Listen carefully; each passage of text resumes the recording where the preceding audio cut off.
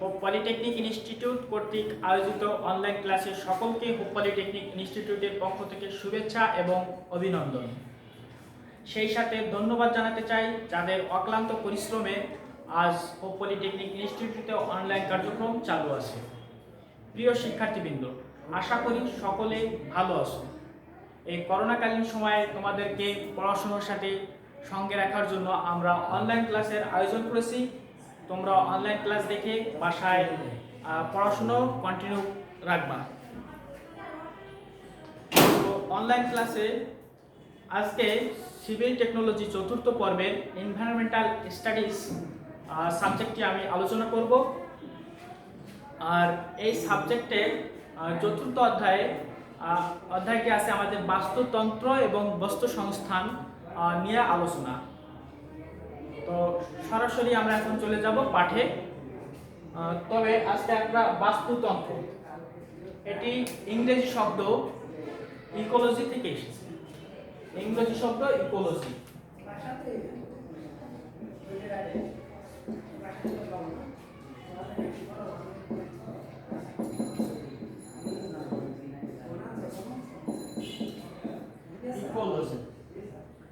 Ecology কি বা বাস্তুতন্ত্র কি সেটা একটু আমরা জানার চেষ্টা করি।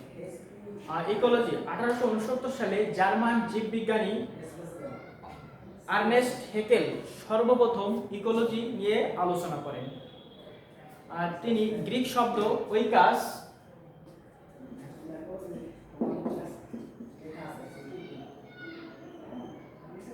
এবং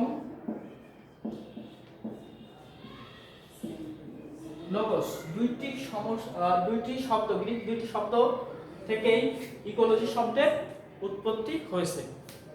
তবে এখন দেখতে হবে ওইকাস মানে কি আর লোগোস মানে কি। ওইকাস মানে হচ্ছে ঘর বা বাসস্থান বা বসবাসের স্থান। তাহলে এখানে আমরা দেখি ওইকাস শব্দের অর্থ কি আসে?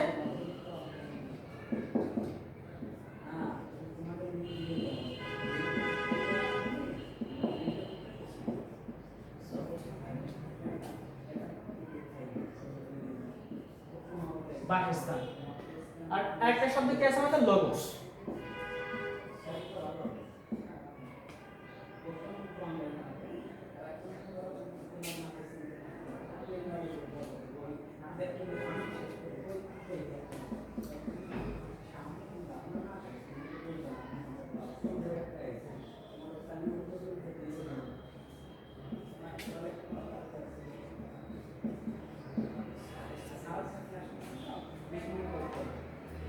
তাহলে এইখানে আমাদের লোগোস শব্দের অর্থ কি আসছে? ওইটা শব্দ তো ঘর, বাসস্থান বা বসবাসের স্থান। আর লোগোস শব্দ আসে কি? বিজ্ঞান বা স্টাডি বা অধ্যয়ন। অর্থাৎ ঘর, ইকোলজি বা ওইকাস লোগোস এই দুটি সমন্বয়ে গঠিত হচ্ছে আমাদের ইকোলজি। তাহলে এখানে ইকোলজি শব্দটার শাব্দিক অর্থ কি আসে? ঘর, ঘরের বিজ্ঞান বা ঘর নিয়ে বিজ্ঞান। অর্থাৎ শাব্দিক অর্থে আমরা বা আমাদের ভাষায় আমরা বলতে পারি মানুষের জীবজগতে ঘর সম্পর্কিত বিজ্ঞান নিয়ে যেখানে আলোচনা করা হয় সেটা হচ্ছে আমাদের ইকোলজি হিসাবে ধরে নেওয়া হয়। এখন পাঠ্য বইয়ের ভাষায় আমরা সাধারণত কি বলে থাকি সেটা একটু দেখি। জীব ও জীবের সঙ্গে পরিবেশের পারস্পরিক ক্রিয়া সম্পর্কিত বিজ্ঞানকে বাস্তু সংস্থান বা ইকোলজি বলে। তাহলে এখানে আমাদের ইকোলজির সংজ্ঞা কি আসে সেটা একটু দেখি।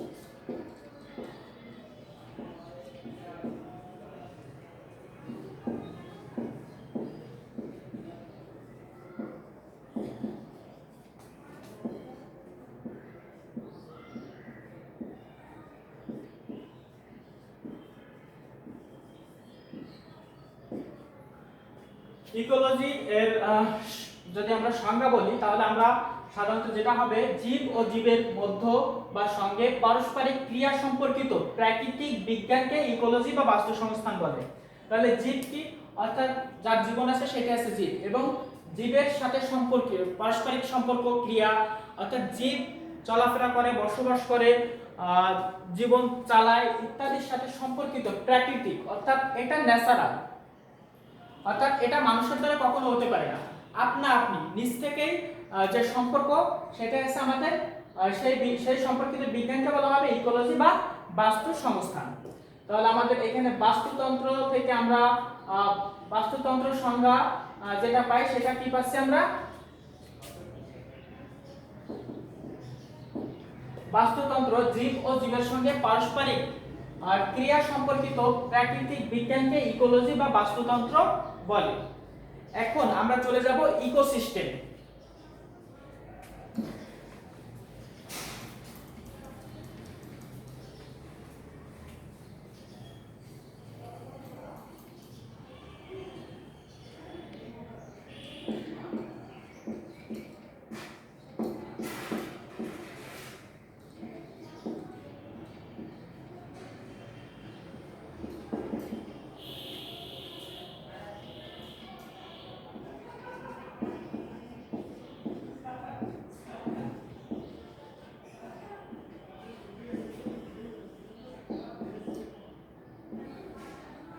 বাস্তু সংস্থান বা ইকোসিস্টেম, অর্থাৎ বাস্তু সংস্থান বা ইকোসিস্টেম বলতে আমরা কি বুঝাই,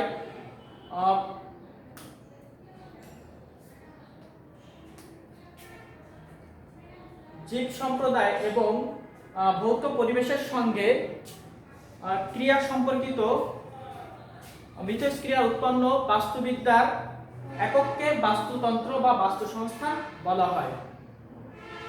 তাহলে বাস্তু সংস্থান বা ইকোসিস্টেমের সংজ্ঞা আমরা আরেকটু ক্লিয়ার করে বলার চেষ্টা করি। জীব সম্প্রদায় এবং ভৌত পরিবেশের সঙ্গে মিথস্ক্রিয়া উৎপন্ন বাস্তুবিদ্যার একককে বাস্তুতন্ত্র বা ইকোসিস্টেম বলে। জীব সম্প্রদায় এবং তাদের ভৌত পরিবেশের, তাহলে আমরা সংজ্ঞাটা লিখি।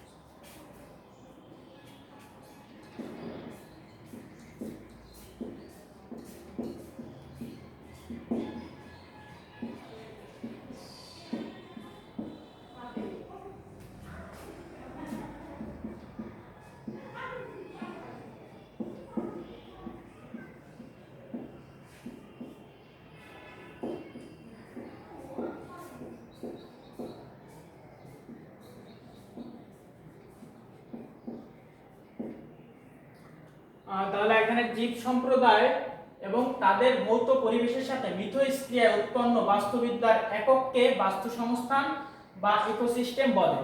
অর্থাৎ জীব সম্প্রদায় বলতে এখানে কি বোঝাচ্ছে, জীব বলতে আমরা বুঝি কি গাছপালা ইত্যাদিকে জীব বলি, অর্থাৎ যার জীবন আছে তাদের সাথে ভৌত পরিবেশ। এবার ভৌত পরিবেশ বলতে কি বোঝায়, ভৌত পরিবেশ বলতে আছে প্রাকৃতিক যে পরিবেশটা আমরা দেখি সেটা, সেই পরিবেশের সাথে মিথস্ক্রিয়ায় উৎপন্ন বাস্তুবিদ্যার একককে, অর্থাৎ বাস্তুবিদ্যার যে একক বা ইউনিটি যেটা উৎপন্ন হবে সেটাকে আমরা বলবো বাস্তু সংস্থান বা ইকোসিস্টেম। তাহলে আমরা কি কি শিখলাম, একটা শিখলাম ইকোলজি আর একটা শিখলাম ইকোসিস্টেম। এখন আমরা শিখব বাস্তুতন্ত্রের গঠন ও কাজ, অর্থাৎ বাস্তুতন্ত্রে কি কি উপাদান দ্বারা গঠিত এবং এর কি কি কাজ আছে।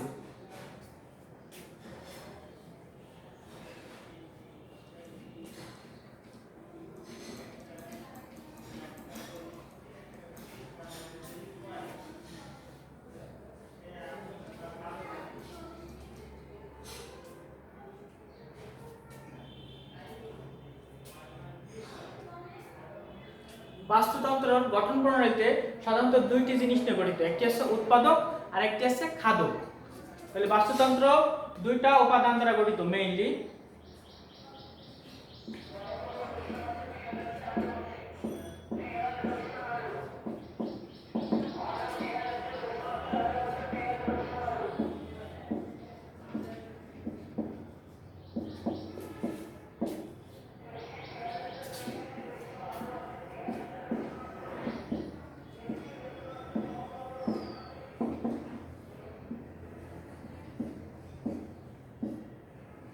বাস্তুতন্ত্রের উপাদান পাচ্ছি আমরা কি কি, উৎপাদক এবং খাদক। এবার বাস্তুতন্ত্র উৎপাদকের ভিতরে কি কি আছে, খাদকের ভিতরে কি কি আছে সেটা একটু আমরা দেখি।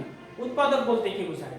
উৎপাদক হচ্ছে জীবের মতো সবুজ প্রধান উদ্ভিদ, অর্থাৎ প্রধান উদ্ভিদ সবুজ যে উদ্ভিদগুলো আছে সেটাগুলো আছে উৎপাদক। তাহলে উৎপাদক জীবের মধ্যে সবুজ প্রধান উদ্ভিদ, এগুলো শৈবাল এবং সায়ানোব্যাকটেরিয়া এর অন্তর্ভুক্ত। এরা সালোক সংশ্লেষণ প্রক্রিয়ায় নিজের খাদ্য নিজেরাই তৈরি করে থাকে।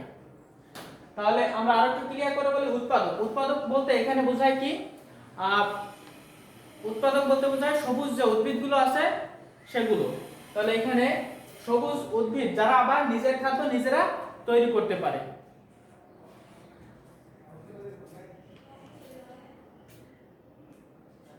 উৎপাদকের আরেকটা নামে আমরা পরিচয় করে দিই, উৎপাদককে আমরা অটোট্রফ নামেও চিনে থাকি, অর্থাৎ কখনো কখনো উৎপাদককে উৎপাদক না বলে অটোট্রফও বলা যেতে পারে।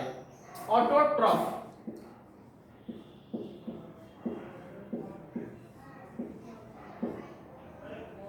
এবার আসি খাদক।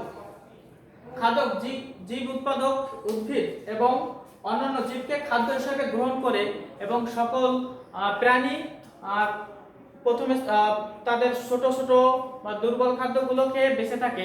এর উপর ভিত্তি করে খাদককে 3 শ্রেণীতে ভাগ করা হয়, প্রথম স্তরে খাদক, দ্বিতীয় স্তরে খাদক এবং তৃতীয় স্তরে খাদক।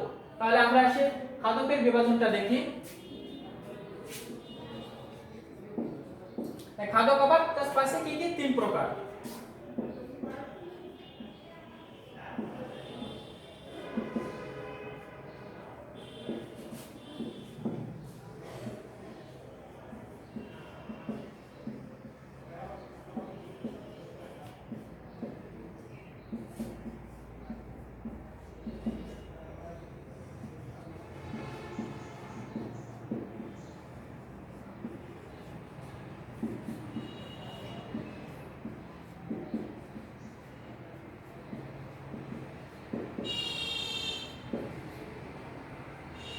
তাহলে খাদক 3 প্রকার কি কি, প্রথম স্তরে খাদক, দ্বিতীয় স্তরে খাদক এবং তৃতীয় স্তরে খাদক। এবার আমরা আসি প্রথম স্তরে খাদক কোনটা।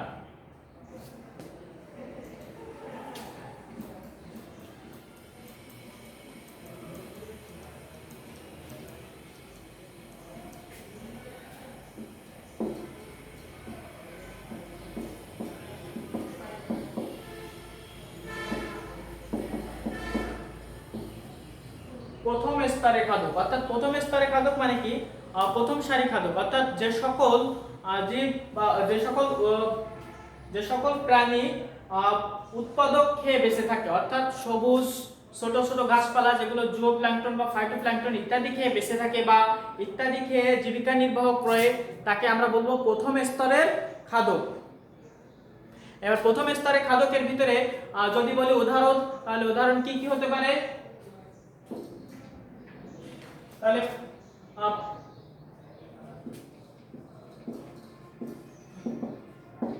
ছোট ছোট মাছ,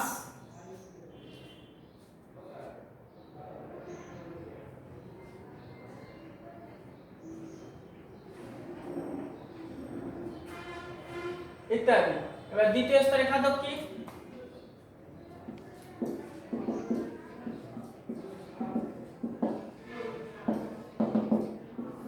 দ্বিতীয় স্তরে খাদক বলতে বোঝায় যে সকল খাদক প্রথম স্তরে খাদককে খেয়ে বেঁচে থাকে তাকে আমরা দ্বিতীয় স্তরে খাদক বলে থাকি। এবার দ্বিতীয় স্তরে খাদক বলতে বোঝায় পুকুরের যে বড় মাছগুলো আছে সেগুলোকে সাধারণত দ্বিতীয় স্তরে খাদক বলা হয়। যদি আমরা একটা পুকুরে বাস্তুসংস্থান ধরে থাকি তাহলে সেই ক্ষেত্রে পুকুরের ক্ষেত্রে দ্বিতীয় স্তরে খাদক হবে বড় মাছগুলো। আর সেক্ষেত্রে বড় মাছ বলতে কি রুই মাছ, কাতল মাছ, এই ধরনের মাছগুলি সাধারণত হয়ে থাকে। এবার তৃতীয় স্তরের খাদ্য, যদি আমরা পুকুরে বাস্তুসংস্থানের কথা চিন্তা করে থাকি, তাহলে অর্থাৎ তৃতীয় স্তরের খাদ্য বলতে বোঝাবে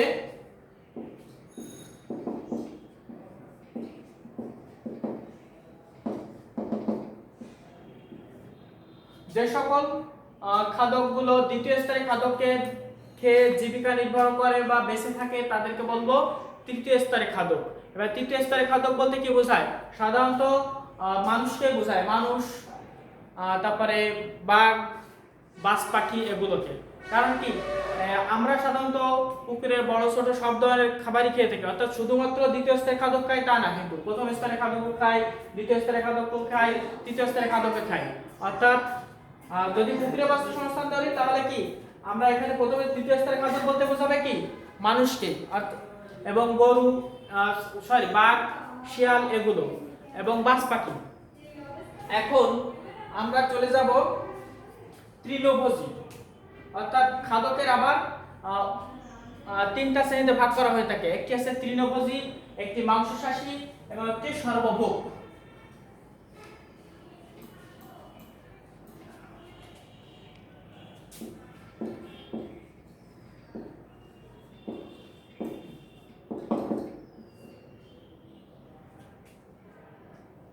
তৃণভোজী, তৃণ মানে কি? আমরা বাংলা মাধ্যমিক পর্যায়ে এবং ডিপ্লোমায়ও অনেক বাংলা পড়ছি, আশা করি সবারই জানা আছে। তৃণ মানে গাছপালা ইত্যাদি বোঝায়, ঘাস পাতা অর্থাৎ লতা পাতা জাতীয় এরকম কিছুই বোঝায়। অর্থাৎ তৃণভোজী মানে যে সকল প্রাণী তৃণভোজী, অর্থাৎ ঘাস, লতা পাতা, গাছ ইত্যাদি খেয়ে বেঁচে থাকে তাদেরকে বলবো আমরা তৃণভোজী। তাহলে তৃণভোজী যদি বলা হয় উদাহরণ, তাহলে কি হয়? গরু, ছাগল, মহিষ বেস্ট উদাহরণ, কারণ এরা শুধুমাত্র গাছ, ঘাসপালা ইত্যাদি খেয়ে জীবিকা অর্জন করে থাকে বা জীবিকা নির্বাহ করে থাকে বা বেঁচে থাকে। যেটাই বলি না কেন, আমরা যেভাবেই বলি সেভাবেই ঠিক। মাংসাশী বা স্তন্যপায়ী, অর্থাৎ যে সকল প্রাণী মাংস খেয়ে বেঁচে থাকে এবং উদ্ভিদ এবং মাংস দুটো খেয়েই বেঁচে থাকে তাদেরকে বলবো আমরা মাংসাশী। সেক্ষেত্রে আমরা কি বলতে পারি? বেস্ট উদাহরণ হিসেবে মানুষ দিতে পারি, বাঘ দিতে পারি, সিংহ দিতে পারি ইত্যাদি, কারণ এরা মাংস খায়, অর্থাৎ অন্য পশুকে বা অন্য প্রাণীকেও খেয়েও বেঁচে থাকে, সেই সাথে উদ্ভিদও খেয়েও বেঁচে থাকে, এগুলোকে বলবো আমরা মাংসাশী। আর একটা আছে কি সর্বভোগ, অর্থাৎ যে সকল প্রাণী উদ্ভিদ এবং প্রাণী দুটোই ভোগ করে বেঁচে থাকে তাদেরকে বলবো আমরা সর্বভোগ প্রাণী।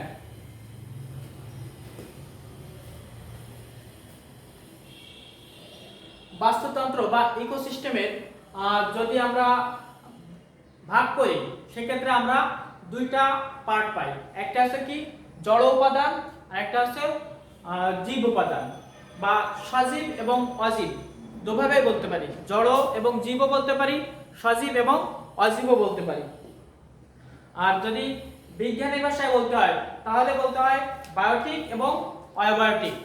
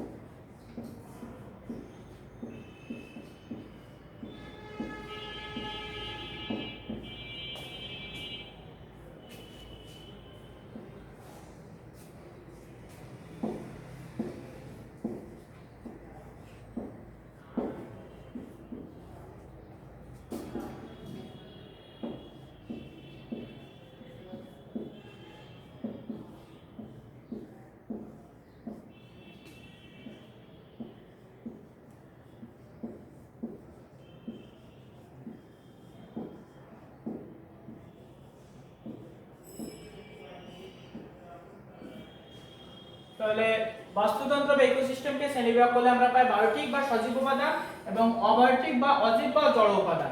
যেভাবেই বলি না কেন ঠিক সেভাবেই হবে। এবার সজীব উপাদান বলতে কি বোঝায়? সজীব উপাদান অর্থাৎ বাস্তুতন্ত্রে বিদ্যমান মানুষ সহ যে সকল প্রাণীর জীবন আছে সেগুলোকে বলবো আমরা সজীব উপাদান। আবার অজীব উপাদান বলতে বা জড় উপাদান বলতে কি বোঝায়? অর্থাৎ বাস্তুতন্ত্রে বা ইকোসিস্টেমে যে উপাদানগুলোর জীবন নাই বা জড় পদার্থ সেগুলোকে বলবো অজীব উপাদান। সেক্ষেত্রে কি হতে পারে? চাঁদ, সূর্য, তারা ইত্যাদি হচ্ছে আমাদের অজীব বা অবায়টিক উপাদান। প্রিয় শিক্ষার্থীবৃন্দ, এতক্ষণ ধৈর্য ধরে ক্লাসটি উপভোগ করার জন্য ধন্যবাদ।